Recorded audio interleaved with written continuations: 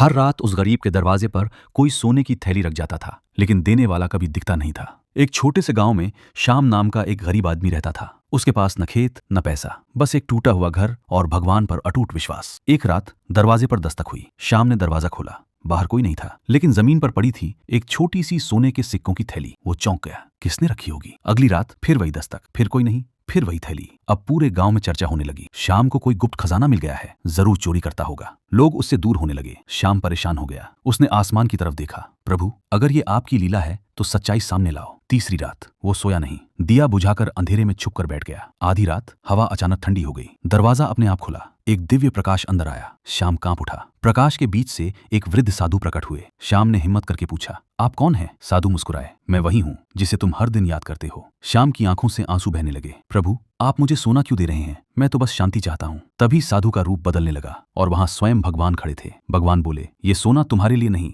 ये उन गरीबों के लिए है जिनकी मदद तुम करोगे। श्याम हैरान था, लेकिन गांव वाले मुझे चोर समझ रहे हैं। भगवान बोले, सच्चाई समय के साथ चमकती है, सोने से भी ज्यादा। अगली सुबह गांव में आग लग गई। कई घर जल गए। तभी श्याम ने वही सारी सोने की थैलियां निकालकर सबके घर बनवाए। गांव वाले शर्मिंदा थे। तभी एक बूढ़ी औरत बोली, कल रात मैंने देखा श्याम के घर से प्रकाश निकल रहा था, लेकिन जब सबने जाकर देखा न कोई सोने की थैली थी न कोई साधु, बस एक छोटा सा दीपक जल रहा था और श्याम शांत मुस्कान के साथ भगवान को धन्यवाद दे रहा था। कुछ चमत्कार दिखते नहीं, बस विश्वास करने वालों को महसूस होता।